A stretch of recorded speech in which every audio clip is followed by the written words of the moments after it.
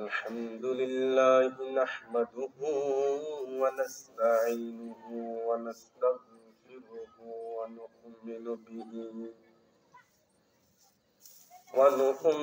به ونتوكل عليه ونعوذ بالله من شرور أنفسنا ومن سيئات أعمالنا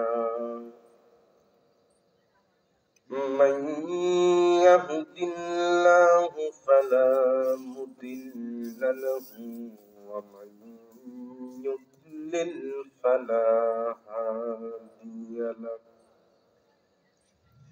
ونشهد أن لا إله إلا الله وحده لا شريك له ونشهد أن محمدا عبده ورسوله الذي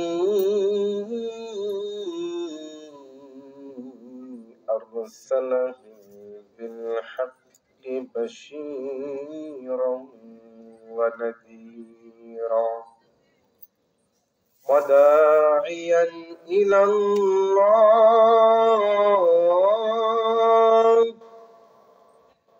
وداعيا إلى الله بإذنه وسراجا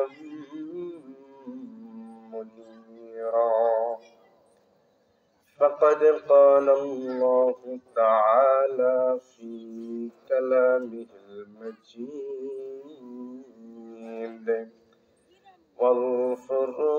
والفرقان الحميد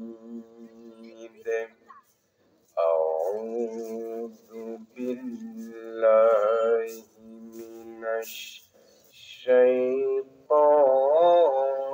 الرجيم بسم الله الرحمن الرحيم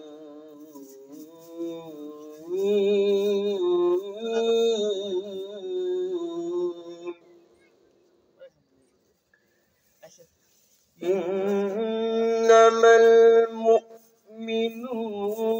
الذين آمنوا بالله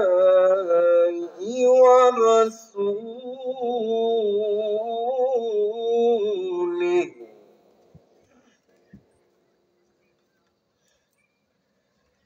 إنما المؤمنون الذين آمنوا بالله ورسوله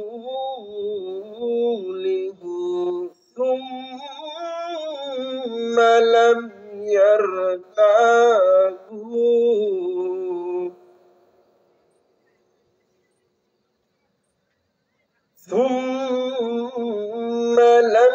يرتابوا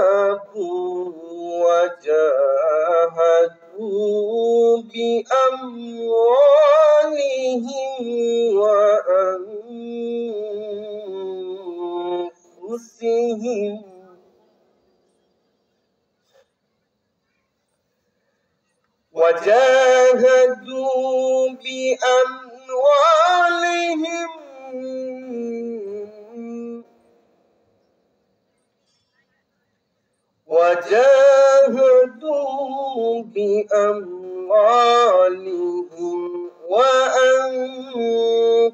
وأنفسهم في سبيل الله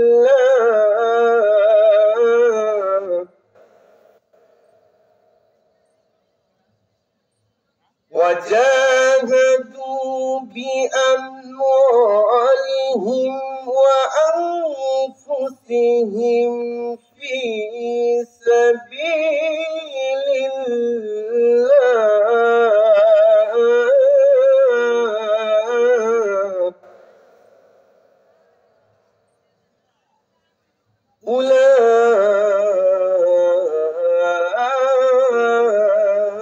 أولئك هم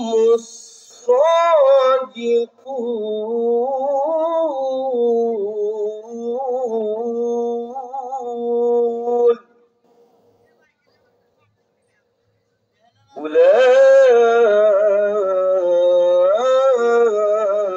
أولئك هم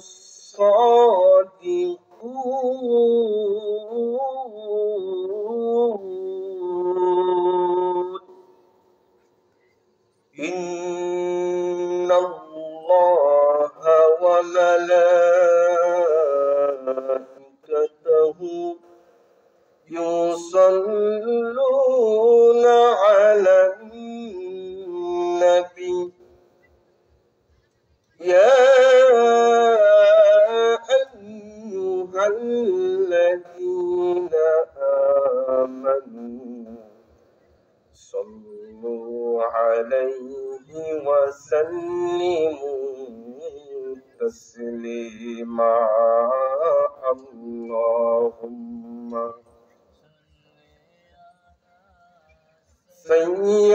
سيدنا مولانا محمد وعلى آل سيدنا مولانا محمد اللهم صل على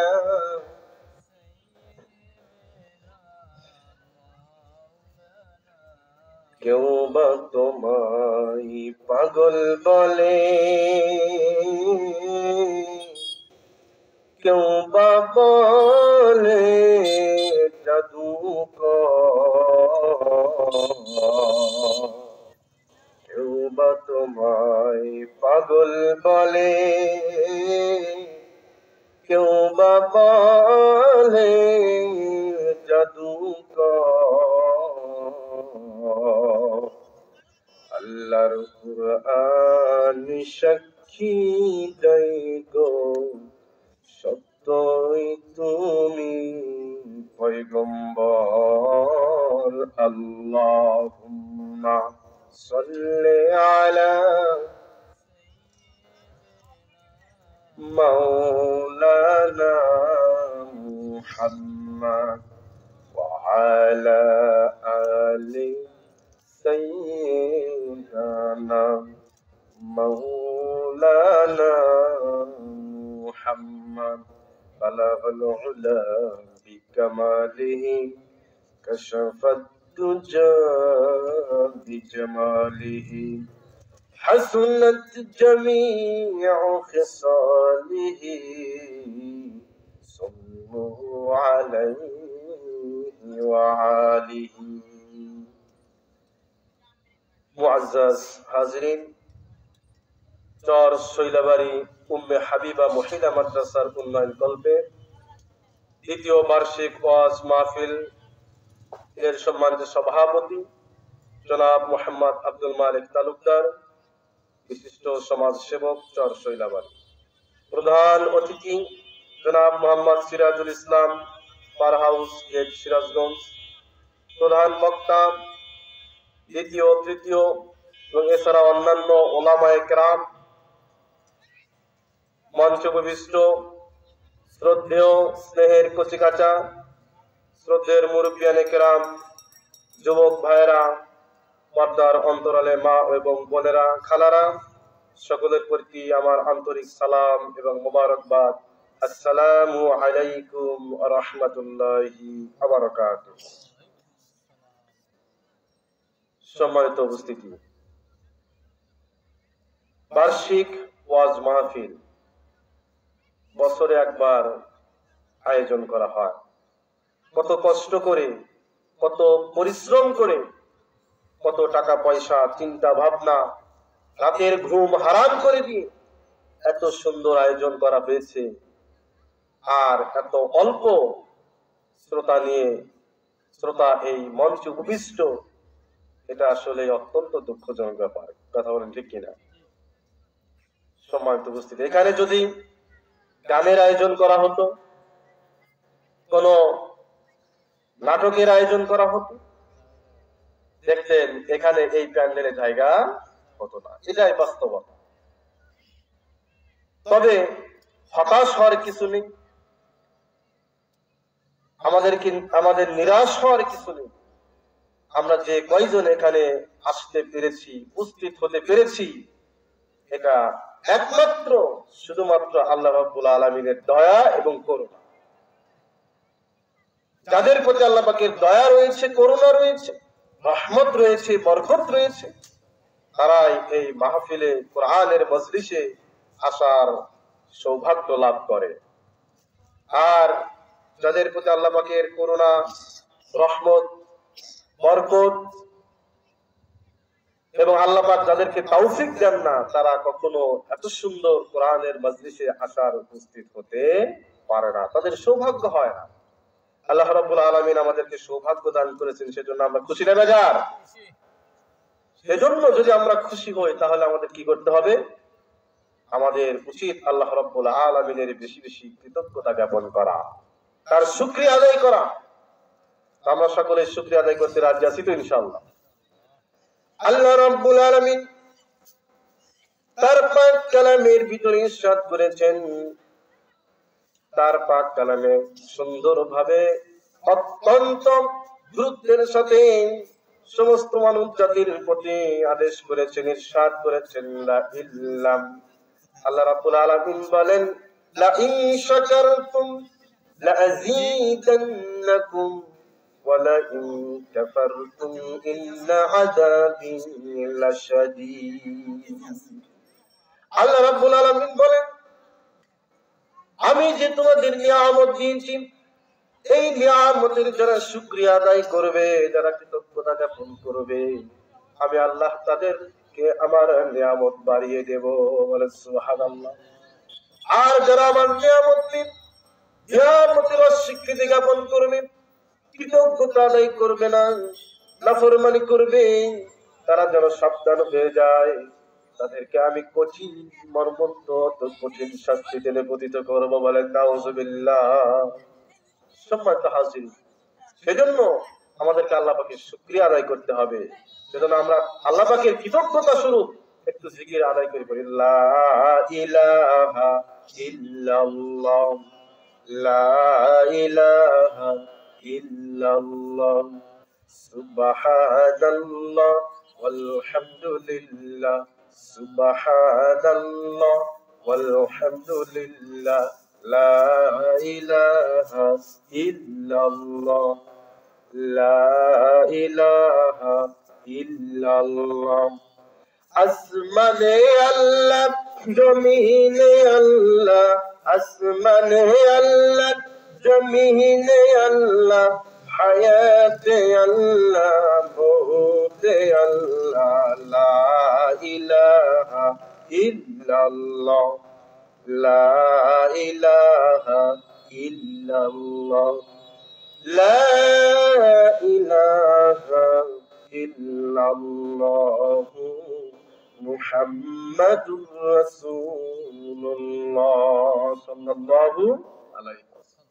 সম্মানিত উপস্থিতি, এই 30 পারা কোরআন মাজিদের 114টি সূরার সিরিয়াল নম্বরে 49তম সূরা, সূরাটির নাম হচ্ছে সূরাতুল হুজুরাত। সেই সূরা হুজুরাতের 15 নং আয়াতে কারিমাটি আমি আল্লাহ পাকের ফজলে রহমে তেলাওয়াত করেছি। এই আয়াতের ধারাবাহিকতায় এই আয়াতকে কেন্দ্র করে ইনশাআল্লাহ আমার আলোচনা চলবে। আমার তৌফিকি ইল্লা বিল্লাহ। সম্মানিত উপস্থিতি, আল্লাহ রাব্বুল আলামিন সূরাতুল হুজুরাতের 15 নম্বর আয়াতে প্রকৃত ঈমানদার, প্রকৃত মুমিনদের বৈশিষ্ট্য আলোচনা করেছেন। তার পূর্বে বলে রাখি, আল্লাহ রাব্বুল আলামিন পবিত্র বেশ কিছু সূরার বেশ কিছু আয়াত কারিমার মধ্যে আল্লাহ রাব্বুল আলামিন মুমিনদের মুত্তাকিদের গুণাবলী বর্ণনা করেছেন। তার মধ্যে সূরাতুল হুজুরাতের 15 নং আয়াতটি অন্যতম। আসুন আমরা জেনে নিই এখানে আল্লাহ পাক কি বলেছেন, মুমিনদের কি বৈশিষ্ট্য আলোচনা করেছেন। আল্লাহ রাব্বুল আলামিন বলেন, ইন্নামাল মুমিনুনাল্লাযীনা আমানু বিল্লাহি ওয়া রাসূলিহি সুম্মা লাম ইয়ারতাবু ওয়া জাহাদু বিআমওয়ালিহিম ওয়া আনফুসিহিম ফি সাবিলিল্লাহ। আল্লাহ রাব্বুল আলামিন বলেন, মুমিন তো তারাই, বিশ্বাসী তো তারাই যারা আল্লাহ রাব্বুল আলামিনের প্রতি বিশ্বাস স্থাপন করেছে, ঈমান এনেছে। আল্লাহ রাব্বুল আলামিনকে যারা এক এবং অদ্বিতীয় হিসেবে বিশ্বাস স্থাপন করে, আল্লাহ রাব্বুল আলামিন তিনি লা শারীকা লাহু, তার কোনো শরীক নেই, তার কোনো অংশীদার নেই, তিনি একক এবং অদ্বিতীয়, সমস্ত ক্ষমতার মালিক তিনি, সমস্ত কিছুর সৃষ্টিকর্তা তিনি, সমস্ত কিছুর পালনকর্তা তিনি। তিনি হায়াত মওতের মালিক, তিনি রিজিকের মালিক, তিনি হচ্ছেন মানুষের ভাগ্যের মালিক, তিনি হচ্ছেন হায়াত মওতের মালিক, ক্ষমতা দানের মালিক, ভালো মন্দ সবকিছুর মালিক তিনি একমাত্র আল্লাহ। এই আল্লাহকে যারা এক এবং অদ্বিতীয় হিসেবে বিশ্বাস স্থাপন করবে, রাসূলিহি এবং তার প্রিয় হাবিব, প্রিয় খলিল, প্রিয় নবী মুহাম্মদুর রাসূলুল্লাহ সবাই বলি সাল্লাল্লাহু আলাইহি ওয়াসাল্লাম, তার রাসূলকে যারা নবী এবং রাসূল হিসেবে মেনে নেবেন, সর্বশেষ সর্বশ্রেষ্ঠ এবং তিনি মাসুম নিষ্পাপ এবং সর্বশ্রেষ্ঠ নবী এবং সর্বশেষ নবী, তারপরে আর কোন নবী আসবে না, কোন রাসূল আসবে না। এই বলে যারা আমার রাসূলকে যারা বিশ্বাস স্থাপন করবে, শুধু তারা যারা তাদের জান দিয়ে, তাদের মাল দিয়ে আল্লাহর রাস্তায় যারা জিহাদ করবে, আল্লাহর রাস্তায় যারা কঠোর পরিশ্রম করবে, প্রচেষ্টা করবে, সংগ্রাম করবে, প্রয়োজনে বাতিলের বিরুদ্ধে, কাফেরের বিরুদ্ধে, মুশরিকদের বিরুদ্ধে তলোয়ার হাতে নিবে এবং তাদের বিরুদ্ধে প্রাণপণ চেষ্টা করবে, জিহাদ করবে, সরাসরি সংগ্রাম করবে, যুদ্ধ করবে। এরপর তাদের কেউ গাজী হবে, কেউ বা আল্লাহর রাস্তায় শহীদ হয়ে যাবে। এইরকম গুণাবলী যারা অর্জন করতে পারবে, এইরকম বৈশিষ্ট্যের যারা অধিকারী হতে পারবে, আল্লাহ রাব্বুল আলামিন বলেন এরাই হচ্ছে ঈমানের দাবিতে সত্যবাদী। বলেন সুবহানাল্লাহ। ঈমান শুধু অন্তরে বিশ্বাসের নাম নয়, ঈমান হচ্ছে আন্তরিক বিশ্বাস। যারা অন্তর দিয়ে আন্তরিকভাবে বিশ্বাস স্থাপন করবে, ঈমানের আরকান বা রুকন হচ্ছে 6টি বা 7টি। যে বা যারা এই ঈমানের রুকন গুলো অন্তর দিয়ে বিশ্বাস স্থাপন করবে, তারাই হচ্ছে ঈমানদার। ঈমান কাকে বলে আমাদেরকে জানতে হবে। আমরা অনেকে ঈমান কাকে বলে আমরা জানি না, যার কারণে নিজেদেরকে ঈমানদার দাবি করি, মুমিন দাবি করি, বিশ্বাসী দাবি করি, কিন্তু আমাদের বিশ্বাসের এই দাবিতে সত্যবাদী কিনা, আমরা এই বিশ্বাসের মানদণ্ডে, ঈমানের মানদণ্ডে আমরা উত্তীর্ণ হতে পেরেছি কিনা, এই ব্যাপারে আমাদের কোনো ধ্যান খেয়াল নাই, এই ব্যাপারে আমাদের কোনো চিন্তা ভাবনা নাই। আল্লাহ রাব্বুল আলামিন এখানে 4টি গুণাবলী বর্ণনা করেছেন, বৈশিষ্ট্য আলোচনা করেছেন, যে বা যারা এই 4টি বৈশিষ্ট্য অর্জন করবে তারাই হচ্ছে ঈমানের দাবিতে সত্যবাদী। 1 নাম্বার শর্ত হচ্ছে যারা আল্লাহ তাআলার প্রতি ঈমান আনবে এবং তার সাথে কাউকে শরীক সাব্যস্ত করবে। 2 নম্বর হচ্ছে আমাদের সর্বশ্রেষ্ঠ এবং সর্বশেষ নবী এবং রাসূল মুহাম্মদুর রাসূলুল্লাহ সাল্লাল্লাহু আলাইহি ওয়াসাল্লামের প্রতি ঈমান আনবে। এই রাসূলুল্লাহর প্রতি ঈমান আনার অর্থ হচ্ছে শুধু তাকে শেষ নবী বলে বিশ্বাস করলেই হবে না, বরঞ্চ তার যাবতীয় আদেশ নিষেধগুলো আমাদেরকে মেনে চলতে হবে। রাসূলুল্লাহ সাল্লাল্লাহু আলাইহি ওয়াসাল্লামকে একমাত্র আদর্শ, উত্তম আদর্শ রূপে আল্লাহ রাব্বুল আলামিন তাকে পাঠিয়েছেন। তাকে যদি আমরা আমাদের জীবনের আদর্শ বানাতে না পারি, আমাদের জীবনের লাইফস্টাইল হিসেবে, যদি আমরা তাকে ফলো না করে থাকি তাহলে রাসূলের প্রতি আমাদের ঈমান পরিপূর্ণ হবে না। সুতরাং ঈমান যদি পরিপূর্ণ করতে হয় শুধু শুধু রাসূলুল্লাহ সাল্লাল্লাহু আলাইহি ওয়াসাল্লামকে বিশ্বাস করলেই হবে না, তাকে তো বিশ্বাস অবশ্যই করতে হবে। তার কথা, তার হুকুম, আহকাম, আদেশ নিষেধগুলো অক্ষরে অক্ষরে মানতে হবে এবং শুধু তাই নয়, তাকে অনুসরণ করতে হবে।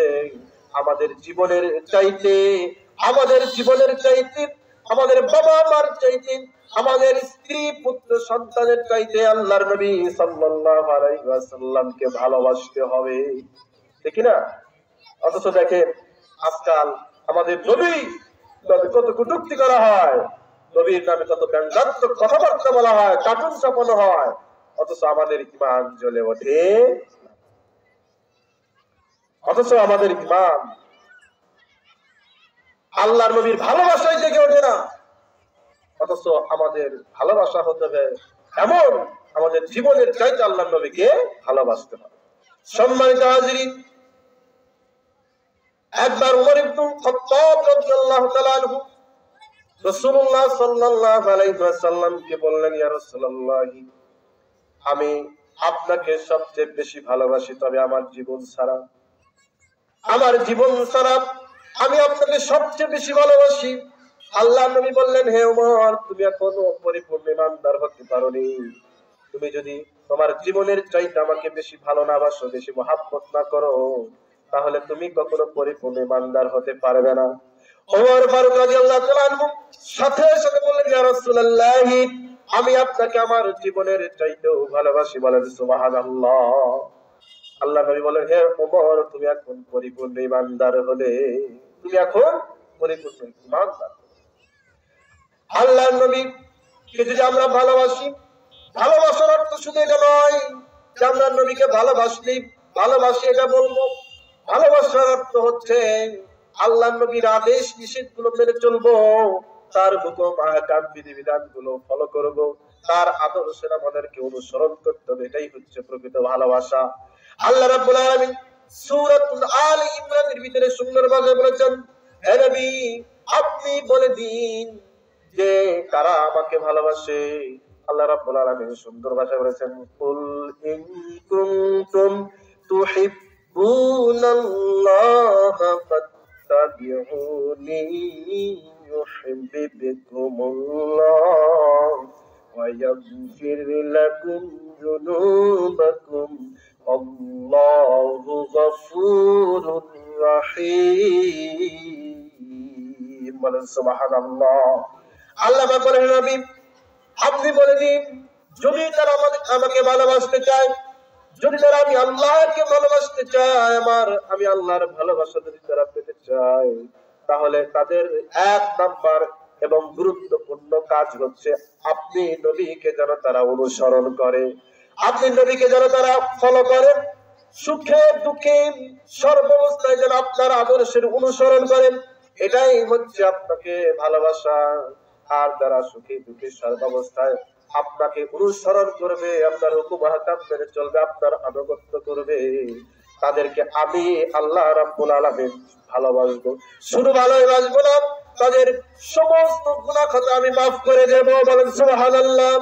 কারণ আল্লাহ রাব্বুল আলামিন হচ্ছেন গফুরুর রহিম, তিনি হচ্ছেন পরম করুণাময়, ক্ষমাশীল, অসীম দয়ালু। তাহলে আমরা কি কেউ গুনাহ মুক্ত? প্রত্যেকে আমাদের প্রত্যেকের গুনাহ রয়েছে, পাপ রয়েছে। এই পাপ থেকে যদি আমরা মুক্তি পেতে চাই, আল্লাহর ক্ষমা, আল্লাহর দয়া, আল্লাহর ভালোবাসা যদি আমরা পেতে চাই, তাহলে আল্লাহ পাক আমাদেরকে একটি কন্ডিশন দিয়েছেন, সেটা হচ্ছে আল্লাহর নবী সাল্লাল্লাহু আলাইহি ওয়াসাল্লামকে অনুসরণ করা, তাকে যথাযথভাবে ভালোবাসা। আমরা রাজি আছি তো ইনশাআল্লাহ? পারবো তো ইনশাআল্লাহ? আল্লাহ রাব্বুল আলামিন আমাদেরকে আমাদের প্রিয় হাবিব, প্রিয় রাসূল সাল্লাল্লাহু আলাইহি ওয়াসাল্লামকে যথাযথভাবে ভালোবাসার তৌফিক দান করুন। সবাই বলে আল্লাহুম্মা আমিন। সম্মানিত উপস্থিতি, আল্লাহর নবীকে ভালোবাসতে হবে, তাকে অনুসরণ করতে হবে। তার পূর্বে আমাদেরকে জানতে হবে যে আল্লাহর নবী কেমন বৈশিষ্ট্যের অধিকারী ছিলেন, তিনি কেমন মানুষ ছিলেন। আল্লাহ রাব্বুল আলামিন পবিত্র কোরআনের বিষয়ে ইরশাদ করেছেন, ওয়া মা আরসালনাকা ইল্লা রাহমাতাল লিল আলামিন। বলেন সুবহানাল্লাহ। আল্লাহ পাক বলেন, হে নবী, আমি আপনাকে রহমত স্বরূপ দয়া করুণা দিয়ে আপনাকে আপনার উম্মতের মাঝে প্রেরণ করেছি। সুবহানাল্লাহ। আমাদের নবী সাল্লাল্লাহু আলাইহি ওয়াসাল্লামকে আল্লাহ পাক পাঠিয়েছেন দয়ার সাগর বানিয়ে, রহমত বানিয়ে পাঠিয়েছেন। সুবহানাল্লাহ। এই নবী সাল্লাল্লাহু আলাইহি ওয়াসাল্লাম তিনি আমাদের জন্য রহমত হবেন, করুণার পাত্র হবেন তখনই যখন আমরা আমাদের নবী সাল্লাল্লাহু আলাইহি ওয়াসাল্লামকে জীবনের আদর্শ বানাবো, উসওয়াতুন হাসানা বানাবো, উত্তম আদর্শ রূপে আমরা তাকে গ্রহণ করব, তাকে মেনে নেব, তখনই তিনি আমাদের জন্য রহমত হবেন। যদি আমরা আমাদের নবীকে উত্তম আদর্শ রূপে গ্রহণ না করি, তার লাইফস্টাইল, তার ব্যক্তিগত জীবন, তার সামাজিক পারিবারিক, তার রাজনৈতিক জীবন, তার ধর্মীয় জীবন, তার অর্থনৈতিক জীবনকে যদি আমরা আমাদের জীবনের উদ্দেশ্য না বানাতে পারি, তাহলে তা কিন্তু তিনি আমাদের জন্য রহমত হবেন না। আল্লাহ রাব্বুল আলামিন এই কথাটি পবিত্র কোরআনের ভিতরে দ্ব্যর্থহীন ভাষায় ঘোষণা করেছেন, লাকাদ কানা লাকুম ফি রাসূলিল্লাহি উসওয়াতুন হাসানাহ লিমান কানা ইয়ারজুল্লাহা ওয়াল ইয়াউমাল আখির। আল্লাহ রাব্বুল আলামিন বলেন, লাকাদ কানা লাকুম ফি রাসূলিল্লাহি উসওয়াতুন হাসানাহ, রাসূলুল্লাহ সাল্লাল্লাহু আলাইহি ওয়াসাল্লামের জীবনের মধ্যে রয়েছে তোমাদের জন্য উত্তম আদর্শ। হায় আফসোস, আমরা আজকে আমাদের রাসূল সাল্লাল্লাহু আলাইহি ওয়াসাল্লামকে জীবনের জন্য আদর্শ বানাতে পারি নাই। আমরা আজকে কার্ল মার্কসকে আমাদের জীবনের আদর্শ বানিয়েছি, লেনিনকে আমাদের জীবনের আদর্শ বানিয়েছি, পুঁজিবাদকে আমাদের জীবনের আদর্শ বানিয়েছি, সমাজকে আমরা আমাদের জীবনের আদর্শ বানিয়েছি, সমাজের রীতিনীতি প্রথাকে আমাদের জীবনের আদর্শ বানিয়েছি। অথচ এই সব কিছুকে বাদ দিয়ে একমাত্র ইসলামকে আমাদের জীবনের আদর্শ রূপে গ্রহণ করা উচিত ছিল। কথা বলেন ঠিক কিনা? আপনি ইসলাম ছাড়া যেই মত আপনি অনুসন্ধান করবেন, যেই পথে আপনি শান্তি খুঁজবেন, মুক্তি খুঁজবেন, কিন্তু আপনার শান্তি মিলবে না, আপনার মুক্তি মিলবে না। আল্লাহ রাব্বুল আলামিন দ্ব্যর্থহীন ভাষায় ঘোষণা করেছেন, ইন্নাদ-দীনা ইনদাল্লাহিল ইসলাম। আল্লাহ পাকের নিকট যোগ্য একমাত্র মনোনীত ধর্ম, দ্বীন, জীবন ব্যবস্থা হচ্ছে ইসলাম। বলেন সুবহানাল্লাহ। আল্লাহ পাক অন্য একটি আয়াতে বলেন, ওয়া মান ইয়াবতাগি গায়রাল ইসলামি দীনান ফালান ইউকবালা মিনহু ওয়া হুয়া ফিল আখিরাতি মিনাল খাসিরিন। যে বাজারা ইসলাম বাদ দিয়ে অন্য কোন দিন, অন্য কোন ধর্ম, অন্য কোন মতবাদ তালাশ করবে, অনুসন্ধান করবে, নিজেদের জীবনের লাইফস্টাইল বানাবে, আদর্শ বানাবে, মুক্তির পথ খুঁজবে, আল্লাহ রাব্বুল আলামিন বলেন, সেই সেই আদর্শ আমি কখনো কবুল করব না, বরঞ্চ উল্টো সেই ব্যক্তি দুনিয়ায় এবং আখিরাতে চরম ক্ষতিগ্রস্তের অন্তর্ভুক্ত হবে। বলেন নাউযুবিল্লাহ। সম্মানিত হাজিরিন, সেজন্য সমস্ত তরিকা বাদ দিয়ে চলতে হবে একমাত্র কার তরিকা অনুযায়ী? রাসূলুল্লাহ সাল্লাল্লাহু আলাইহি ওয়াসাল্লাম। একটি হাদিস আল্লাহ নবী বলেন, ফাইন্না আসদাকাল হাদিসি কিতাবুল্লাহ ওয়া খায়রাল হাদী হাদী মুহাম্মাদিন সাল্লাল্লাহু আলাইহি ওয়াসাল্লাম ওয়া শাররাল উমুরি মুহদাসাতুহা ওয়া কুল্লু মুহদাসাতিন বিদআহ ওয়া কুল্লু বিদআতিন দালালাহ ওয়া ফি রিওয়ায়াতিন ওয়া কুল্লু দালালাতিন ফিন-নার। আল্লাহ নবী সাল্লাল্লাহু আলাইহি ওয়াসাল্লাম সর্বশ্রেষ্ঠ বাণী হচ্ছে কোরআনুল কারীম। সর্বশ্রেষ্ঠ বাণী কি? কোরআনুল কারীম। এবং সর্বশ্রেষ্ঠ পথ হেদায়েত হচ্ছে রাসূলুল্লাহ সাল্লাল্লাহু আলাইহি ওয়াসাল্লামের পথ। রাসূলুল্লাহর তরিকাই হচ্ছে সর্বশ্রেষ্ঠ তরিকা। আর যে ব্যক্তি রাসূলুল্লাহর তরিকা বাদ দিয়ে নতুন নতুন তরিকা বানাবে, সহজে জান্নাতে যাওয়ার পথ খুঁজবে, রাসূলের তরিকা বাদ দিয়ে যারা মূল যারা তরিকা অনুযায়ী বিভিন্ন আলেম ওলামা পীর মাশায়েখদের তরিকা অনুযায়ী চলবে, রাসূলুল্লাহর তরিকাকে পাশ কাটিয়ে, এইগুলোই হচ্ছে বিদআত। আর যারা বিদআত প্রচলন করবে, বিদআতের যারা অনুসারী হবে, বিদআত যারা আমল করবে, আল্লাহর নবী বলেছেন তাদের ঠিকানা হচ্ছে জাহান্নাম। বলেন নাউযুবিল্লাহ। সম্মানিত হাজিরিন, আমার সময় অত্যন্ত সংক্ষিপ্ত। আল্লাহ তাআলা যদি চাহে ইনশাআল্লাহ আগামীতে আবার আপনাদের সামনে বিস্তারিতভাবে আলোচনা করার সুযোগ পাবো, যদি আল্লাহ পাক তৌফিক দান করেন। সে পর্যন্ত আমি যা কিছু আলোচনা করেছি আল্লাহ রাব্বুল আলামিন সমস্ত ভুল ত্রুটিগুলো যেন ক্ষমা করে দেন, এবং যা কিছু কল্যাণকর মঙ্গলজনক সেগুলো আমি অদম সহ আপনাদের সকলকে যেন আমল করার তৌফিক দান করেন। আমাদের যেন সঠিক ঈমান, আমরা শুধু ঈমান